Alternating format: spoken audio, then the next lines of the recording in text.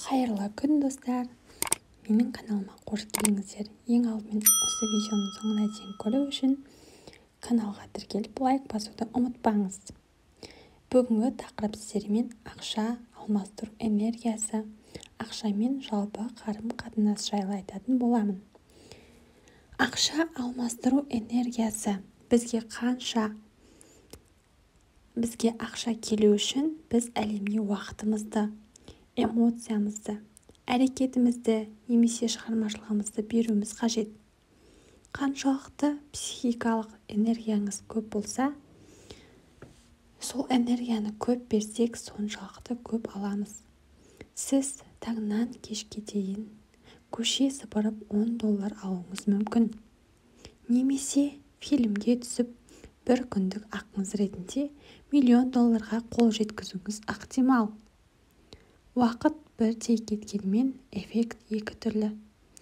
Біріншісінде физикалық энергия жұмсасақ, ал екіншісінде шығармашылық, эмоционалды, интеллектуалды энергия жұмсаймыз. Өз табысыңыздың сомасын еске алып, содан арттырып айтып көріңіз. Мысалы, сіздің табысыңыз 100 000 теңге болса, мен айына 110, 120, 130, 140, 150, 200, 300 және 400, 500 мың, 1 миллион теңге табысқа лайықтымын деп, өзіңізге рұқсат ете алғаныңызша қайталай беріңіз. Егер сіз өзіңіздің шын табысыңыздан артық сомаға жетіп, тоқтап қалсаңыз, сіз сондай соманы ғана қабылдауға лайықтысыз деген сөз. Сізге келетін ақша ағыны бірнеше деңгейде жабық болуы мүмкін. Ақшамен қарым-қатынастағы рухани деңгей. Өзіңізге лайық нәрсемен айналысып жүргеніңізді анықтау үшін, егер есеп-шотымда үлкен сома жатса, мен қазір айналысып жүрген нәрсемен айналысар ма едім деп өзіңізге сұрақ қойып көріңізші. Егер сіздің жауабыңыз иә болса, онда жаныңызға жақын істі тапқаныңыз. Ал жоқ болса, онда сіз басқа жолдасыз. Егер өмір сүру үшін ғана ақша табуға ұмтылсаңыз, онда сізге сол өміріңізге жеткілікті ғана ақша бұйырады.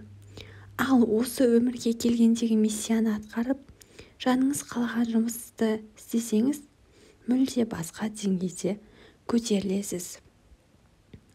Ақшамен қарым-қатынастағы ментальды деңгей. Біздің ойымыз өмірімізге айналады. Біз неге сенеміз, өмірімізде сол нәрсе орын алады. Мысалы, сіз қараңғы көшеде жүру қауіпті деп ойласаңыз, соған байланысты қорқынышты оқиғаларды ести беретін боласыз. Сол секілді сіздің ақшаға байланысты қандай қорқыныштарыңыз бар екенін тексеріп көрейік. Ақшаға байланысты қорқыныштар. Ең алдымен ақ қағаз алып, тігінен 2 қатарға бөліңіз. Терең дем алып, көзіңізді жұмып, балалық шағыңызға саяхат жасаңыз. Жасыңыз 6-ға жеткен деп есептеп көріңіз. Ата, әжеңіз, әке, шешеңіз пен байланысты, ақшамен қарым-қатынасты бар оқиғаны еске алыңыз. Әсіресе жаппай қиындыққа келген 90-шы жылдардағы оқиғаларды еске түсіріңіз. Қағаздың сол жағына есіңізге түскен фразалар мен сөздерді жазыңыз. Қайтадан терең дем алып, қазіргі сәтке оралыңыз. Жақында ақшаға байланысты өзіңіз күшеюіңіз, туғандарыңыз, әріптестеріңіз айтқан сөздерді еске алып көріңіз. Бұл қорқыныштар миымызда тұрған сәтте өмірімізде өзгере бастайды. Енді қағаздың оң жағына ақшаға байланысты жаңа нәтижелерді, жаңа установкаларды ойлап тауып жазыңыз. Оны 21 күн бойы қайталаңыз. Миыңыздағы ақша программасын өзгертудің 3 жолы. Анықтау установкаларыңыз, яғни сіздің қорқыныштарыңызды анықтау. Ауыстыру, яғни жақсыға қарай жаныңызға жақсы, жақын істі табуыңыз қажет.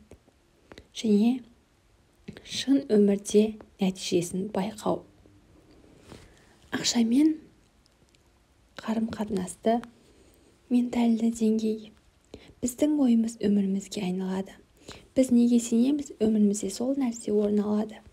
Мысалы, мен ондай үлкен соманы, қомақты ақшаға лайықты емеспін деп сезінсеңіз, онда сізге тек өзіңізге керекті ғана ақша бұйыратын болады. Ең алдымен сондықтан установкаларды жеңе білу керек. Ақшамен қарым-қатынастағы тектік, родовой деңгей. Бұл өте терең қорқыныш. Егер сіздің тегіңізде отбасыңызда ақшамен байланысты проблемалар болса, сізде көп ақшаға тектік тыйым болуы мүмкін. Мысалы, атасы байлық үшін қудаланғандарда ақша өлім тірі қалу үшін байлықтан бас тарту керек деген қорқыныш болады. Біздің көпшілігіміз бай болудан қорқамыз. Осы қорқыныш бізге келетін ақша энергиясын шектейді. Күйеуіңізден ата-бабасы туралы сұрап көріңіз.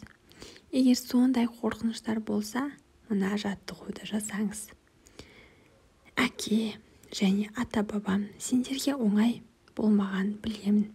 Сендерге маған өмір сыйлағандарың үшін алғысым шексіз. Енді маған сендерден бақыттырақ әрі ауқаттырақ болуға рұқсат беріңдерші. Маған байлықты ұстап қалуға мүмкіндік беріңдерші деп иілу қажет. Әрі қарай әкеңіз немесе оның орнындағы адамдар рұқсаты мен батасын беру керек. Анаңыз жағынан да сондай рұқсат алыңыз. Ал ата-анаңыз өмірден өтіп кетсе, әлемге, сосын балаларыңызға осы энергияны жіберуіңізге болады.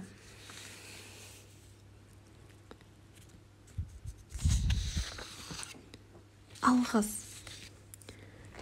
Ең алдымен әр нәрсенің қисынын келтіру. Бұл нағыз ер азаматтардың, нағыз адамгершіліктің ең негізгі қабілеті болып табылады. Сыйластық, қоршаған ортаға деген қарым-қатынас адамның өзінен басталады. Нағыз адам баласы өзінің баға жетпес екенін біледі.